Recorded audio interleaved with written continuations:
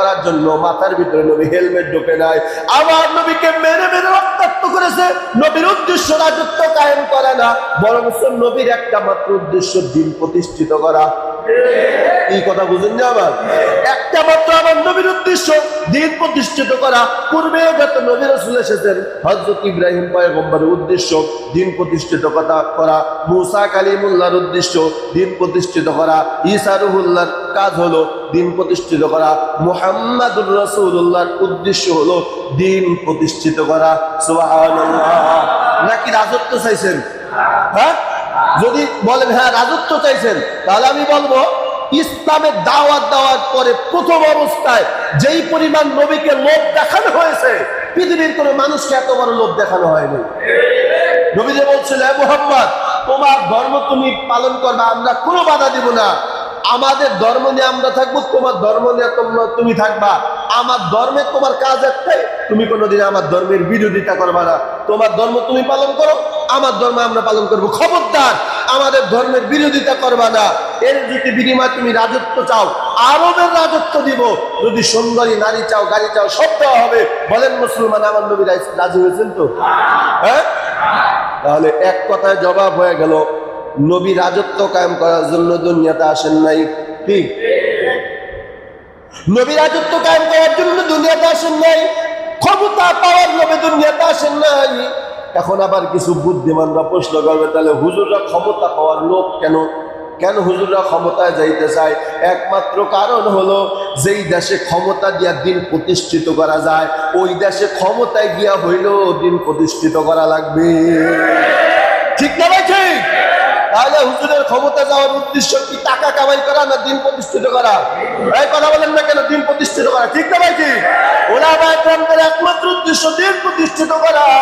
আবার নবী মার খেয়েছেন মদিনার রাজত্ব পাওয়ার জন্য, যদিও নবীজি মদিনার রাজত্ব পাইছেন, উদ্দেশ্য ছিল দিন প্রতিষ্ঠিত করা, কোরআনের আইন প্রতিষ্ঠিত করা। বাজান, তাহলে আমি যে কথাটা বুঝাইতে চাই, নবী দিন প্রতিষ্ঠিত করার জন্য রক্ত ঝরাইলেন, নবীজি দিন প্রতিষ্ঠিত করার জন্য দাঁত মোবারক ভাঙলেন, আবার নবী দিন প্রতিষ্ঠিত করার জন্য 7 দিন যাবত না খাইয়া পেটে পাথর বেঁধেছেন। নবীজি দিন প্রচার করতে গিয়া মাইর খাইছেন, পচা নারী বুড়ি নবীর কাঁধের উপরে দেওয়া হয়েছে। খুব খেয়াল করেন, পচা নারী বুড়ি নবীর কাঁধে দেওয়া হয়েছে। নবীজি দাওয়াতে তাবলীগের কাজ করতে গিয়ে অনেক মাইর খাইছেন, তাইফের জমিনে রক্ত ঝরাইছেন। জিহাদে আবু তালেবের ভিতরে আমার নবীকে 3 মাস পর্যন্ত বন্ধ করে রাখছে, খানা দেয় নাই। আমার নবী শুধু গাছের পাতা খায়া জীবন বাঁচাইছে, একমাত্র এই দিনের জন্য। তাহলে আপনি এবার চিন্তা করেন, যে দিনের জন্য নবী যদি এত কিছু করে, এত কষ্ট করে, আপনি মুসলমানের বাচ্চা হইয়া এমন একটা কথা বললেন, যেই কথাটা আপনার দিনের বিরুদ্ধে চইলা যায়, যেই কথাটা আপনার কোরআন হাদিসের বিরুদ্ধে চইলা যায়। আল্লাহ ডাক ডাকায়, আমার নবী, মায়ের নবী, বিশ্ব নবী এত কষ্ট করলো যেই দিনের জন্য, আজকে মুসলমানের সন্তান হয়ে সেই দিনের বিরুদ্ধে কথা বলছো, তোর মতো বান্দারে উম্মতরা আমি আল্লাহ হেদায়েত দিব না। ঠিক না ভাই? ঠিক না? বুঝেন, ভালোভাবে বুঝেন, খুব কঠিন কথা, খুব কঠিন কথা।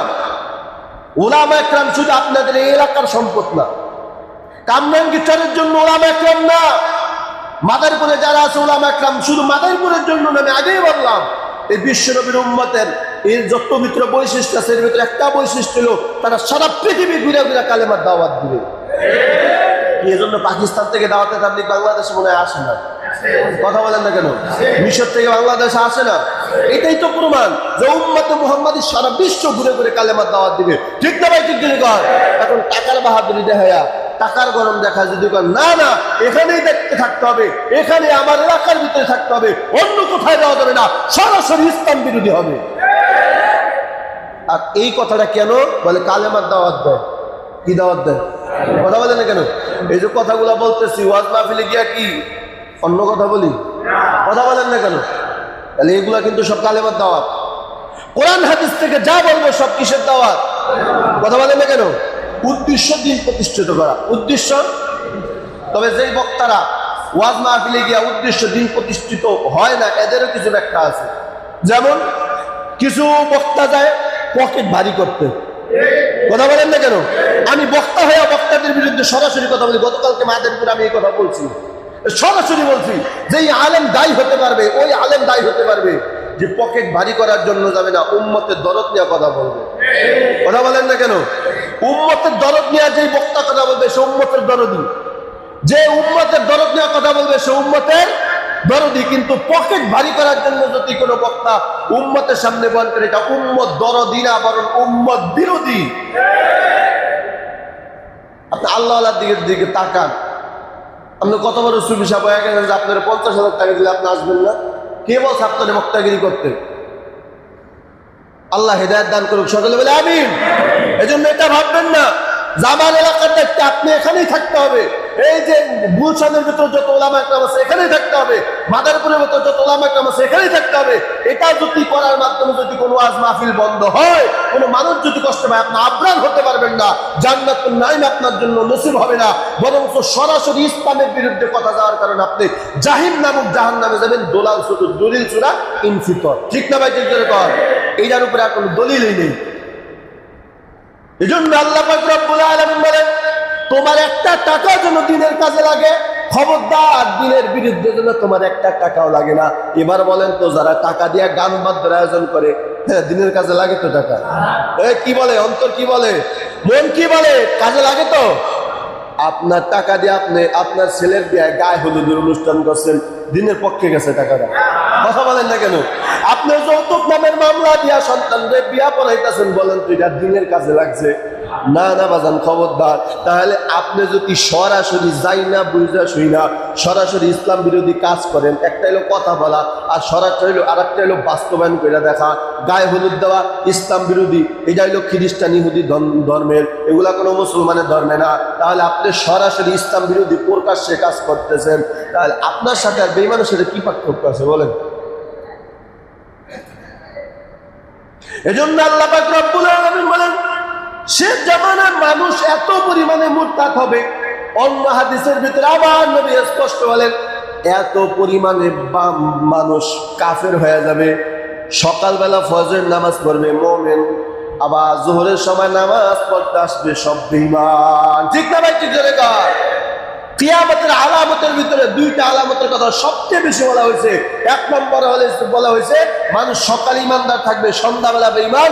দুই নম্বরে সবথেকে বেশি যেটা, সেটা হলো জারদ সন্তানের প্রভাব বেশি বাড়বে। এই কথাটা বললেন না? ঠিক বললেন না? যে হুজুর জানি না তো, তাহলে এবার শুনেন কেমনে জারদ সন্তানের ডেলিভারি বেশি হবে। যারা এলাকার ভিতরে মোটামুটি সালিশি করেন, বিচার আচার করেন, আপনারা তালাকের মাসালা কয়টা জানেন? এই কথা বলেন, কয়টা জানে তালাকের মাসালা? অথচ সে গিয়া আহারে ছেলে মেয়ের না খায় কেমনে থাকবে, যাক মিলেই দেই। কথা বলেন না কেন ভাই? আল্লাহ সাথে আপনার দয়া মায়া বেশি। কথা বলেন না কেন? আল্লাহ সাথে আপনার দয়া মায়া বেশি। আপনি তালাকের ফয়সালা আপনি কিভাবে দিলেন? তালাকের সরাসরি তালাক এত বড় ঘৃণিত কাজ। আল্লাহ তাআলা স্পষ্ট তালাকের ব্যাপারে একটা সূরা নাযিল করেছেন, স্পষ্ট সূরা। আল্লাহ পাক রব্বুল আলামিন বলেন, তালাক সবচেয়ে ঘৃণিত কাজ। এই তালাকটা যদি মাসলাটা সংক্ষেপে বলি, কেউ যদি মনে মনে খালি পায় যে আমার স্ত্রীর তালাক দেওয়া দরকার, এক তালাক হয়ে যাবে। কথা বলেন না কেন? নাউজুবিল্লাহ বলেন। কয় তালাক হয়ে যাবে?